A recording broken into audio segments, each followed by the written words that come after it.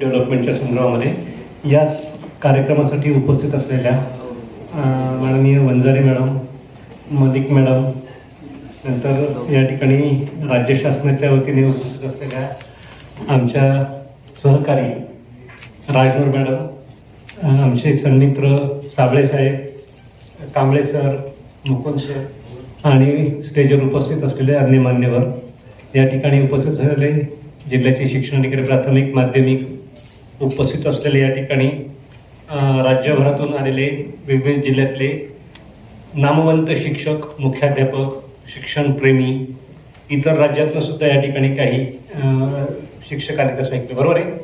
हाँ, तो other state से भी जो कुछ यहाँ पर आए जिन्होंने आपके स्टेट के अंदर स्कूल लीडरशिप के अंदर या फिर एजुकेशन के अंदर एक प्रशंसनीय काम किया है, इसीलिए आप सब लोगों को यहाँ पर बुलाया गया है।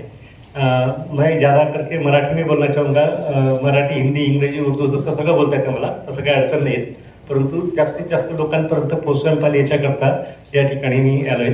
आजचा कार्यक्रम निश्चितच हा राष्ट्रीय स्तराचा आयोजित केलेला कार्यक्रम आहे, परंतु योगायोगाने मंत्री महोदय, राज्यमंत्री महोदय, आमचे वरिष्ठ सनदी अधिकारी आणि माझे डायरेक्टर मित्र सुद्धा सगळ्यांना थोडी अडचण आली आणि मला पण तशी अडचण होती, पण ते म्हटलं सगळ्यांच्या वतीने कोणतरी डायरेक्टरने राहिला पाहिजे, या ठिकाणी लो मैं आ गया असं झालं। थोडासा उशीर झाला कारण आपल्याला माहिती आहे काल जे भीमा गोरेगावचं त्या ठिकाणी एक मोठा शहीद दिन स्मारक करत होते, तिथे ट्रॅफिक खूप होती आणि त्याच्यामुळे थोडंसं एक तासभरचा लेट झाला मला, पण एनिवे शेवटी आलो। यायचं 2-3 कारण होते की आपल्या सगळ्यांना या ठिकाणी राज्यातले आदर्शवत शिक्षक, मुख्याध्यापक इथे आहेत, त्यांना या ठिकाणी त्यांच्या कामाच्या संदर्भामध्ये निश्चितच त्यांचं कौतुक पण केलं गेलं पाहिजे। इथे काही शहरे मला ओळखीचे पण दिसत आहेत, म्हणजे ज्यांनी राज्यस्तरावर सुद्धा पुरस्कार प्राप्त शाळा आहेत त्या। आणि दुसरी महत्त्वाची गोष्ट म्हणजे की विशेष आपण काहीतरी करत आहात शिक्षण क्षेत्रामध्ये, उल्लेखनीय काम आहेत, बाकीच्यांपेक्षा पण वेगळे आहेत, इतर लोक सुद्धा असेच काम करतायत, परंतु जो जिताओ सिकंदर सारखा जो पहिला आला दुसरा आला आपण त्यांना बोलवतो, आणि म्हणून त्यांचे अवलोकन हे इतर व्यक्तींनी केलं जावं अशी अपेक्षा आहे। या ठिकाणी स्कूल लिडरशिपच्या संदर्भामध्ये ह्या सगळ्या आपल्या शेड्यूलमध्ये तुमचं योग्य प्रकारे मार्गदर्शन होईल, इंटरॅक्शन होईल, सिम्पोजियम होईल, सगळं आपण काय म्हणतो ना, आणि नंतर त्याच्यातनं आपल्या राज्याला या ठिकाणी पुढं याचा कसा उपयोग करता येईल याच्या संदर्भामध्ये शासन विचार पण करेल। MIPA संस्था या ठिकाणी याची पुढची कारवाई करेल। कारवाई करत असताना शेवटी जिल्हा प्रशासन म्हणजे राज्याचं प्रशासन, नंतर जिल्ह्याचं प्रशासन, नंतर तालुक्याचं प्रशासन आणि नंतर मग खाली आपली शाळा। आता शाळा हा जर शब्द मराठवाड्यात म्हटलं तर जरा लोक वेगळं बोलतात बरं का, म्हणजे मी इथेच मराठवाड्यात 2-3 वर्ष शिकलो होतो। सुरुवातीचे 3 वर्ष मी इथे शिकलो, पहिली, दुसरी, तिसरी औरंगाबादमध्ये छत्रपती संभाजीनगरमध्ये, आणि नंतरचे BEd MAd पण इथेच केलेले आहेत। तर मी MAdला असताना आमचे एक मित्र होता देशमुख म्हणून, परभणीचा, असे 2 लोक काही गडबड करायचे ना, बुजबुज करायचे, यांची काहीतरी शाळा चालली असं म्हणायचे, काहीतरी शाळा करतात, म्हणजे शाळेचा अर्थ काय, इकडे आपण आलय म्हणतो, मंदिर म्हणतो, काय काय म्हणतो, शाळा म्हणजे संशयास्पद, बोगस, बनावट असा त्यांचा अर्थ होता। तर ठीक आहे, प्रत्येक ठिकाणी असं असतं की लोक नाव ठेवणारे असतात, परंतु शाळेचं महत्त्व कमी झालेलं नाहीये। तर ती शाळा करणे आणि शाळा चालवणे हा एक वेगळा भाग झाला। आपण शाळा चालवतो, शाळा करत नाही, सर्वांनी शाळा करावी असं अपेक्षित नाहीये, आपण शाळा चालवावी आणि शाळा चालवत पण आहात। आता याच्यामध्ये 2-3 महत्त्वाच्या गोष्टी आहेत की आपल्या एज्युकेशन डिपार्टमेंटमध्ये आपण बघतो की प्राथमिक शिक्षण विभाग आहे, जो आपला मूलभूत शिक्षण तिथून सुरुवात होत असतं, नंतर मग पुढे माध्यमिक असतं, मग इतर मग बोर्डाची परीक्षा घेतात, बोर्ड आहेत, SCRT आहे, बालभारती आहे, नंतर एक योजना नावाचं कार्यालय आहे ज्याला पुढे प्रौढ शिक्षण असं म्हणायचे, अतिशय फॅन्टॅस्टिक कार्यालय असतं। मी पण याच्या आधी माझे एक ज्येष्ठ सहकारी पालकर साहेब तिथे 3 वर्ष होते, त्यांनी भरपूर प्रयत्न केले आणि आपल्या सर्वांना मान्य करायला हरकत नाही की प्रौढ शिक्षणाचा जो कार्यक्रम तिथे चालतोय हा आमचा प्राथमिक शिक्षणाचा राहिलेला बाय प्रॉडक्ट आहे। मी एकदम डॅशिंग अँड डेअरिंगमध्ये होतो, कारण माझी सुरुवात पण प्रौढ शिक्षणच झालेली आहे आणि कदाचित शेवट पण शासनाचा असा असेल की याला प्रौढ शिक्षणच ठेवायचं हरकत नाही, कारण मी प्रौढ माणूस आहे। बाकीकडे काम करून बघितलेत काय काय, all is well because this area is of 3 idiots असं कधी कधी वाटतं। तर त्याच्यामुळे जे आहे प्रकाश आहे। आता यात महत्त्वाची गोष्ट इथे यायचं कारण मी आपल्या सर्वांना एक सांगतो स्पष्टपणे की आपल्याकडे अतिशय दुर्लक्षित असलेली बाब जी आहे ना ती प्रौढ शिक्षण आहे. आता याच्यात कारण पण असं आहे की ज्याच्यासाठी ती योजना आहे तो पण एकदम इनर्ट आहे. आणि निशाणी डावा अंगठा नावाचा चित्रपट आपण सगळ्या लोकांनी नक्की बघितला असेल, नसेल तर परत बघा, वारंवार बघा. तयार करणारा व्यक्ती शिक्षकच आहेत, नाव त्याचं रमेश इंगळे उतरांकर आहे. वेडा माणूस नव्हता तो, पण त्यांनी बघितलं की आमच्या सिस्टीममध्ये काय काय. आणि योजना तर सगळ्या चांगल्या असतात, सगळ्या योजना चांगल्याच असतात. त्या योजना समजून घेण्यानंतर त्या खालपर्यंत त्या कशा जातात ना त्याच्यावर बनवलेला तो चित्रपट आहे. आता ते 2009चा चित्रपट आहे.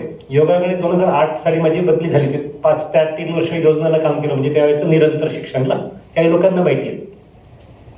परंतु जे ब्लंडर्स तिथे होतात ना मी ते स्वतः अनुभवलेले म्हणतात, कारण मी धुळे आणि नंदुरबार जिल्ह्यात योजना शिक्षण अधिकारी म्हणून काम केलं होतं त्याला निरंतर त्यावेळेचा.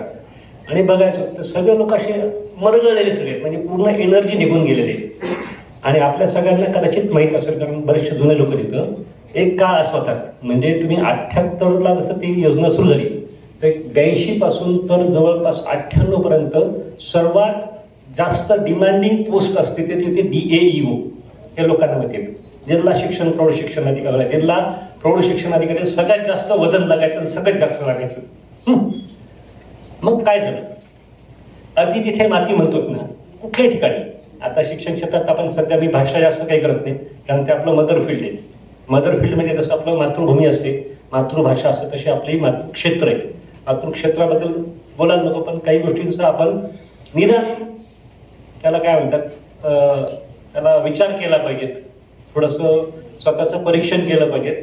म्हणजे स्वतःचं म्हणजे मी सोडून इतरांचं नाही, आपण स्वतःच. तर यामधली एक महत्त्वाची गोष्ट याच्यात अशी झालेली आहे की या सगळ्या बाबींमध्ये दुसऱ्याने करायचं असं आपण म्हणत असतो. आणि मित्र हो, एक गोष्ट अशी होती की आजच्या 3 वर्षापूर्वी 2022 साली, आता जस्ट 25 प्लस संपलंय, जेव्हा 2022ला उल्हास भारत साक्षरता कार्यक्रम जेव्हा झाला तर त्याच्यावर सर्व लोकांनी बहिष्कार घातला होता, आम्ही हे काम करणार नाही. तर ते काय अशैक्षणिक काम नव्हतं राजे. आणि आपल्यातले खूप लोक, तुम्हाला सांगतो, खूप लोक सांगितलेलं काम करतात, त्यांना आपल्या जबाबदारीची जाणीव आहे. परंतु काही लोक म्हणजे आता इथे लिडरशिप जो कार्यक्रम होतात ना, म्हणजे मला असं लक्षात आलं की लिडरशिप महत्वाची. शिक्षक हा जसा सर झाला तेव्हापासून प्रॉब्लेम यायला लागले, किंवा गुरुजीचा सर झाला तेव्हापासून प्रॉब्लेम यायला लागले. अन्य गोष्टींकडे आपल्याकडे दुर्लक्ष व्हायला लागले. काम आहेत पूर्वीच्या लोकांकडे करतात, आता थोडंसं तंत्रज्ञान वगैरे दररोज काही ना काही माहिती मागतात, तुमच्या एकट्याकडे मागत नाहीत. आमच्या डायरेक्टर पासून तर कमिशनर पासून तर सगळे आमचे DIT असले सगळ्यांना काही माहिती ही द्या ती द्या, अर्जंट द्या, दिवसातनं 2-2 द्या असं विचारतात. आणि मूळ यंत्रणा जी आपली खालची यंत्रणा आहे. सुरुवातीला कुठल्याही गोष्टीला करायला त्रास होतो. जसं म्हणतात ना, आपण सर्व लोक आपल्या आईच्या पोटात आलेले आहेत. आपल्या आईच्या पोटात असताना 9 महिने आईला सुद्धा त्रास होत होता, पण तरी त्यांनी 9 महिने आपल्याला पोटात बाळगलं. जसं आपण दाता मारल्यात काय झालं, काही त्रास झाला असेल, नंतर त्याचं एक फळ म्हणून आपण एक चांगलं पुढे बाळ किंवा मूल निर्माण होतो. तसातली गोष्ट आहे. आता काही दिवस आपल्याला काही त्रास होऊ शकतो, परंतु निश्चितच त्याचं फळ आपल्याला चांगलं मिळणार आहे. आता मूळ येतो मी योजना कार्यालयाच्या याच्याकडं. तर सगळ्यात महत्त्वाची गोष्ट की योजना कार्यालय म्हणजे जी योजना चालते साक्षरतेचा कार्यक्रम, हा आपला प्राथमिक शिक्षणाचा बाय प्रोडक्ट. आता बाय प्रोडक्ट याच्यापूर्वी मी छत्रपती संभाजीनगरला एक वेगळा शब्द वापरला होता, त्याच्यावर काही लोकांनी आक्षेप घेतला, म्हणून मी आता परत बोलत नाही. बाय प्रोडक्ट म्हणजे कळतं ना, उत्पादक साईड. आणि हिंदी चित्रपटात त्याला काय म्हणतात बघून घ्या काय. हे कोणीच अमान्य करू शकत नाही. आता त्याची कारणं वेगवेगळे असू शकतात. पहिली महत्त्वाची गोष्ट, तर हे माझं काम नाही, माझ्या आधीच्या शिक्षकाने केलं, कोणी त्याच्या आधीच्या शिक्षकाने केलं, काही नाही. आज आहे आपल्याला ते करायला लागलं. आता याच्यासाठी जी योजना या ठिकाणी केंद्र शासनाने तयार केली त्याला उल्हास भारत साक्षरता कार्यक्रम म्हणतात. मला सगळ्यांना आव्हान करायचे की या कार्यक्रमाकडे पॉझिटिव्हली बघा. अवघड असं काहीच नाहीये आणि सोपं तर बिलकुल नाहीये, कारण ते मी बघितले. म्हणजे literally it's the very different show. शब्द तर मला तर त्याच्यावर PhDच करायचं वाटत. माझं PhD 2 वेळा होऊन गेलं करायचं, कारण PhDचे जरा प्रकार बघितले. मी म्हटलं नको बाबा तसं काही करायचं नाही मला, पण मला असं वाटायला लागलं की आता याच्यात करायला पाहिजे. महत्वाची गोष्ट याच्यामध्ये असे की जनजागृती, म्हणजे अगोदर ज्यांना शिकायचे त्यांच्यामध्ये जागृती निर्माण व्हायला पाहिजे. त्याच्यात प्रशासकीय इच्छाशक्ती, राजकीय इच्छाशक्ती हा सगळा भाग लागतो. अगोदर आम्ही राजकीय इच्छाशक्तीपासून विचार करतोय, त्याच्यामुळे केंद्र शासनाचे लोक त्याच्यावर प्रयत्न चालू आहेत. प्रशासकीय इच्छाशक्ती आपल्याला दाखवा लागणार आहे. आणि सगळ्यात महत्वाचा पार्ट म्हणजे या कार्यक्रमाचे जे युनिट किंवा बेस युनिट ज्याला म्हणतो दॅट इज स्कूल. आणि प्रत्येक ठिकाणी तेच आहे.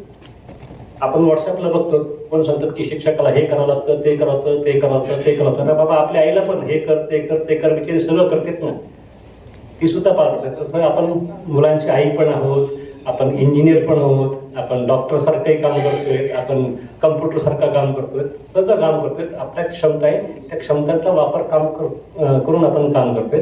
आता याच्यातला एक जो पार्ट आहे उल्हासनगर भारत साक्षरता कार्यक्रमाचा, याच्यासाठी मी इथे योगेश सोनवणे सुद्धा आहेत, मॅडम सुद्धा आहेत, याच्यापूर्वी सुद्धा दोघी वेळेला बोललोय की याच्याकडे आपण स्वतः लक्ष घातलं पाहिजे. कारण इतर राज्यांसाठी इथे प्रतिनिधी आहेत, जो अदर स्टेट के लोग यहाँ पर आए हुए टीचर और एक्सपर्ट, मैं उनसे भी थोड़ा सा 10 मिनट बात करना चाहूँगा लंच ब्रेक में कि क्या आप कर रहे हो उधर आपके स्टेट के अंदर, ये जो साक्षरता कार्यक्रम है इसके अंदर. हमारे इधर एक कहावत है, घरों घरी माचीच्या चूली, बहुत ज्यादा फर्क नहीं होता है. जो चूल्हा होता है ना, ये सब जगह मिट्टी का होता है ऐसा बोलते हैं. इसका मतलब पोजीशन बहुत डिफरेंट नहीं होती है. लेकिन जो 5 राज्य गवर्नमेंट ऑफ इंडिया ने साक्षर यहाँ पर डिक्लेयर किया, और यहाँ पर हमारी एक साथी है जो एकदम स्पष्ट बोलने वाली लेडी है, हम उनको लेडी सिंगम कहते हैं, रायगढ़ में. तो ये इसलिए बोला जाता कि वो बोलती सब भैया ऐसा है. उन्होंने मुझे भी 2-3 बार बोला था, थाने में रहती, मैंने madam we heads up you because you are working in a right mode. ठीक है, थोड़ा सा कम ज्यादा रहेगा लेकिन काम तो करना पड़ेगा अपने को. दूसरा एक बात इसके अंदर ऐसा होता है कि अगर कुछ अलग से कुछ हम लोग ऐसे एक्टिविटी कराते हैं, वो भी हम लोग देखना चाहेंगे. खास करके गोवा के अगर यहाँ पर कुछ रिप्रेजेंटेटिव हैं, उनसे मैं बात करना चाहूंगा. जो भी है बताइए, हमको पता है क्या, क्योंकि हम 2-3 राज्य जाके भी आए हैं. अभी मैं 3 महीने पहले भुवनेश्वर में जाके आया था, 3 दिन का एक ओरिएंटेशन हुआ था.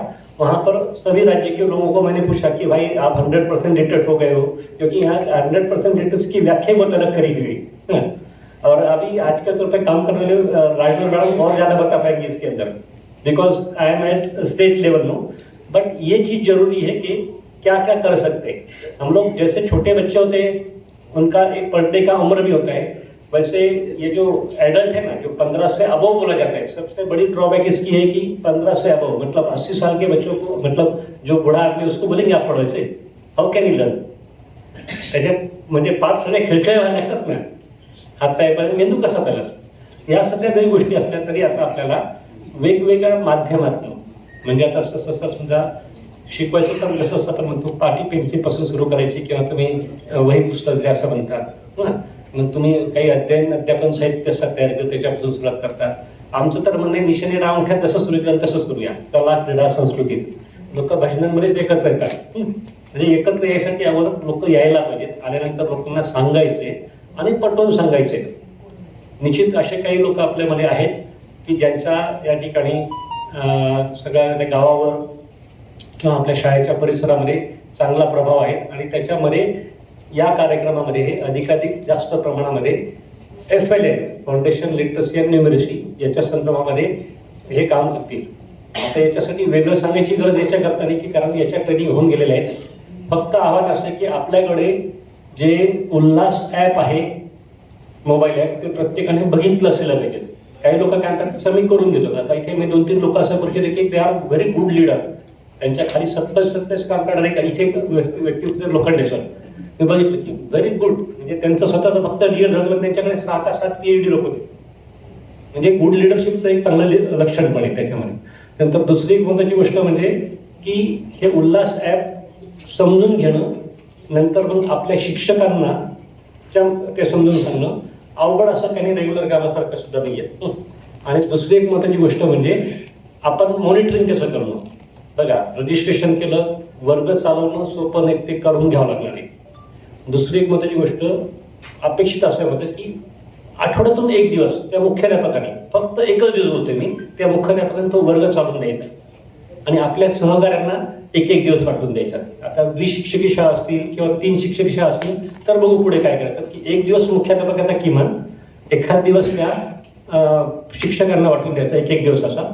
त्याच्यानंतर मग केंद्र प्रमुख, विस्तार अधिकारी यांना आठवड्यातनं 2-2 व्हिजिट, त्याच्यानंतर मग B1 सांगणार की आठवड्यात तुम्ही 2 व्हिजिट द्या, E1 सांगणार 4 व्हिजिट द्या. 4 व्हिजिट म्हणजे वेगवेगळ्या गावाला जाणार नाही ते काय करतील, आज संध्याकाळी निघाला ह्या गावाला बसतील नंतर त्याच्या शेजारच्या गावाला. अशीच प्रॅक्टिस आहे, किती जरी काही सांगायला लागलं तरी. परंतु मॉनिटरिंग व्हायला पाहिजेत असं अपेक्षित आहे, जेणेकरून जो उद्देश या ठिकाणी शासनाचा आहे तो आपल्याला पूर्ण व्हायला पाहिजे. आपल्या सगळ्यांचं सहकार्य या ठिकाणी अपेक्षित आहे.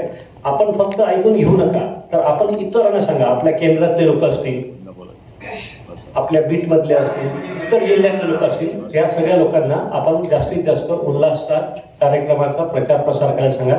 बाकी राहिलेली गोष्ट 2च शब्दात सांगतो, ते म्हणजे राजीव गांधी अपघात विमा योजना. याची मंत्री महोदय बऱ्याच वेळेला विचारतात काय काय ना, तर ते जास्तीत जास्त लाभार्थ्यांपर्यंत पोहोचली पाहिजेत. जेवढा काही निधी मागतो आपण ते देत आहेत शासन, एवढं लक्षात घ्या. मागच्या वर्षी 15 कोटी रुपये दिलेत आणि अजून परत मागतायत. दिलं तर देऊ शकतो. तर राजीव गांधी अपघात विमा असेल, NMMS असेल, आपली स्टेटची स्कॉलरशिप असेल, नंतर तुमची संस्कृत भाषा योजना ज्या ज्या जिल्ह्यात चालू असेल त्यांनी बघायचं. नंतर मराठी भाषा समृद्धी योजना, याच्या संदर्भामध्ये आपापल्या लेवलला आधी समजून घ्या आणि आठवड्यातून 1 दिवस जरी 10 मिनिटं बोलत ना तुम्ही, तरी लोकांपर्यंत प्रचार प्रसार होईल आणि आपण जे काही बोलतो ते इतर 5 लोकांना फक्त सांगायचं. एवढी या ठिकाणी कळकळीचं आवाहन करतो आणि तिथे धन्यवाद व्यक्त करतो की मला इथे परक्या स्टेजवर बोलायची संधी दिली. धन्यवाद. थँक्यू.